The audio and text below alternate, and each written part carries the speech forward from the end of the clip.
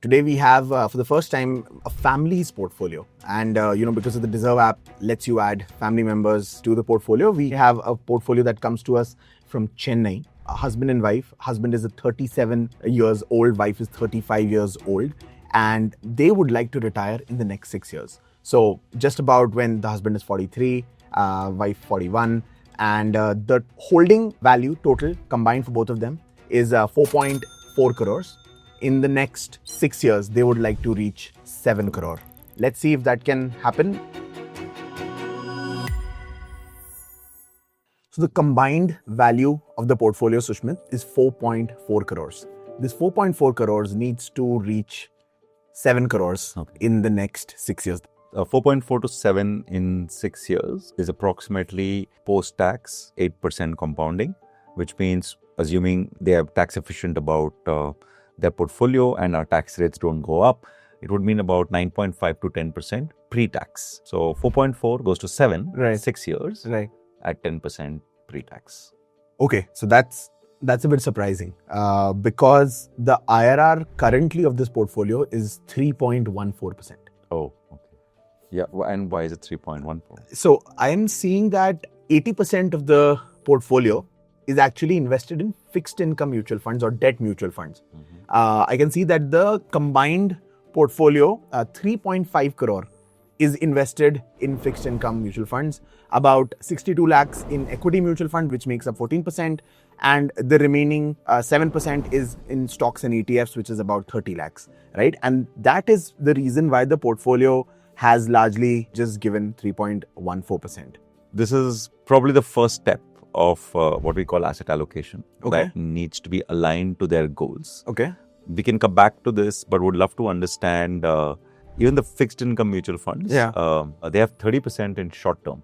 Yeah, that's correct. So about 1 crore is in short-term mutual funds. That is very, very surprising. Okay. Because they don't seem to have a liquidity requirement for the next few months, and that is where you keep your money in short term. Okay. Can you define what is a short-term debt mutual fund and what's a long-term debt mutual fund? Two factors that go into when we define a short-term debt mutual fund or a long-term debt mutual fund. The first is duration, which is, when I buy, for example, deposits of a company or buy government bonds, do I buy 3-month bonds or do I buy 3-year bonds, right? So if I'm in a short-term mutual fund, I will also buy 3-month bonds and not 3-year bonds. Okay. Point number one. The second thing is, what is the safety, right? So in a short-term mutual fund, because the money is required, could be asked for from in any point in time, you'd buy extremely safe instruments, right? Typically, if you see in India, short-term mutual funds only buy government bonds. Okay. Right? Government in India has never defaulted, touch wood, should not default. While in long-term, you buy corporate bonds as well. Understood. When I say corporate bonds, let's say Dezerv issues a bond. Right. That would qualify as a corporate bond. Or, some of the most popular bonds in our country are from the HDFC group, the Bajaj group. Right. Those are called corporate bonds, and they are typically issued for 10 years, from 3 years to 5 years. Okay, got it. So to summarize, a short-term bond most likely invests in government securities is within 3 years. Yeah. A long-term bond or a long-term debt mutual fund invests in corporate bonds, which is beyond 5 years in maturity. Yeah, so maximum 3 years, minimum 3 years. That's the way to think about it. Understood. The couple also has about, I would say, large cap 46%, which is 43 lakhs, mid cap about 20%, and small cap another 32%, right? So about 1 crore is the equity portfolio, and almost 3.4 crore is the debt portfolio. I don't want to focus on the equity portfolio right now, Sushmit, because we've covered that in a bunch of different episodes. I want to focus on the fixed income portfolio. So let's kind of dive deep into the fixed income portfolio, and I'm gonna take the husband's portfolio because fantastically both the portfolios are constructed exactly similar, right? So let's just focus on the husband's portfolio. So the husband has invested about 2 crores, which has become 2.08 crore. The portfolio IRR is about 1.3%, right? And I want to focus on fixed income part, right? It's about 1.5 crores in this portfolio. If we go slightly deep into fixed income, we are seeing low duration mutual fund, debt mutual fund. We're seeing government bonds. We're seeing short duration We are seeing dynamic bond, government bond, ultra short duration, clearly very well diversified in terms of like maybe on the cusp of over diversified on the in terms of debt mutual funds. What are you seeing in this debt mutual fund portfolio? The first thing is the mismatch between their goal timelines Okay. and the instrument they have chosen Okay. to meet the goal timeline, right? Mm-hmm. 6-year goal, 60-day fund selection, and that automatically brings down your return, right? No fault of the fund manager or no fault of anyone. Right. It is the mandate, right? The mandate is to deliver high safety, Right. and hence lower returns, right? Got it. So the first thing is, as we saw, about 25% is in short-term funds. Yeah. So, one immediate fix would be to move this 25% of short-term funds into the equity portfolio.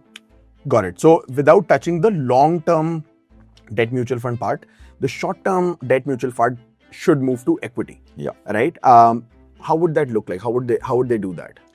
As we discussed, their holding in the debt mutual funds today is less than a year old, which means that their tax liability will not change materially, whether they wait today or they wait for 6 months.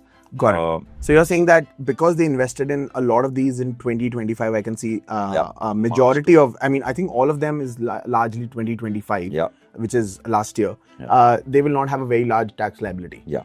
The tax liability is lower because their returns are lower, not because they invested.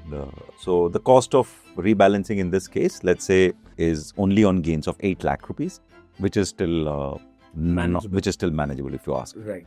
Okay. So let's take a step back. You're saying that short-term mutual fund, debt mutual fund should be moved to equity. And in terms of the long debt only mutual fund, how would you kind of look at these funds, right? How do we select which ones to take out, which ones to keep in? What's the framework there?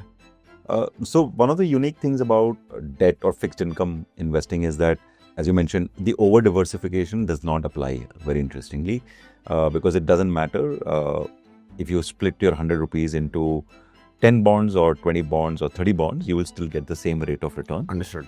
If you make the right decisions. Got it. So now let's come to the right decisions. What makes the right decisions? At Dezerv, we have a very simple rubric. It's called PQRS. P stands for performance, which is performance of the company. How is the company doing in terms of operational, financial parameters?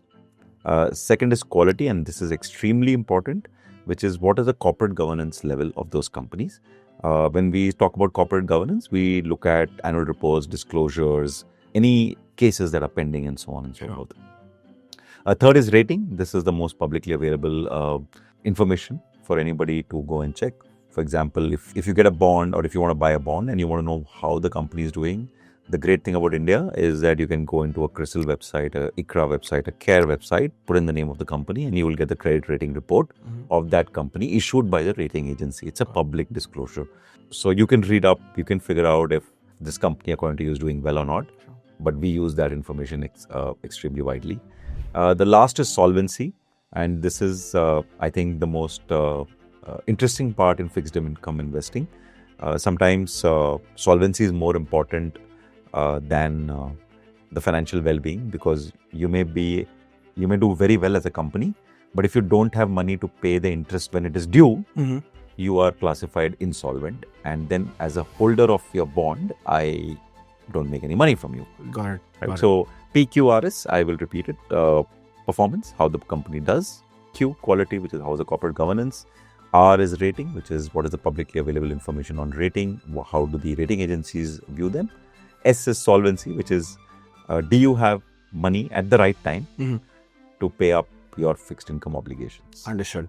This is a fantastic framework. Sushmit, thank you for sharing that with us.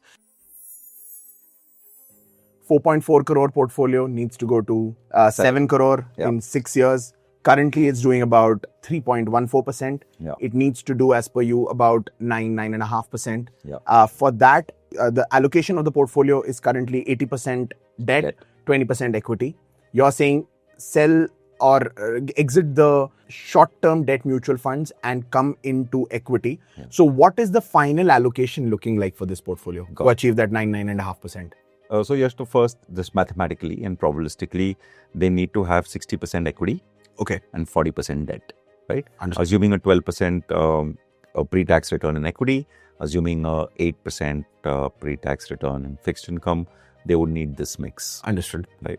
As we already kind of identified, 25% from short-term moves to equity. So that makes it 45, 55.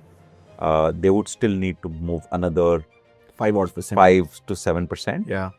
into equity, which I think is not very tough. Not if very you tough. ask me. Right. Uh, Probably some of the revelations from a PQRS kind of an approach will help them understand which of that 5 odd % needs to move into equity. In terms of equity, Sushmit, how should the equity allocation be split here? Primarily large caps. As we know that Nifty 50's long-term average return is about 12.5%. Nifty 500 is 15.2%. So they don't need to go down the small cap way. They could stick to the large cap. Right. And they would get about 12.5%. Right. Yeah. So I think large cap heavy equity, longer duration fixed income. Equity at 60%, fixed income at 40%. This is fantastic. This is one of those brilliantly executed asset allocation that we're going to see in this portfolio. Hopefully, the couple takes these steps and reaches their retirement goal of 7 crores. Thank you so much, Sushmit, for doing this. Always a pleasure, and I will see you for the next portfolio breakdown episode. If you would like to review your portfolio on the Dezerv app, scan the QR code on the screen or download using the link in the description below. If you would like to get featured on this series and have your portfolio reviewed, fill out the form by clicking on the link in the description below.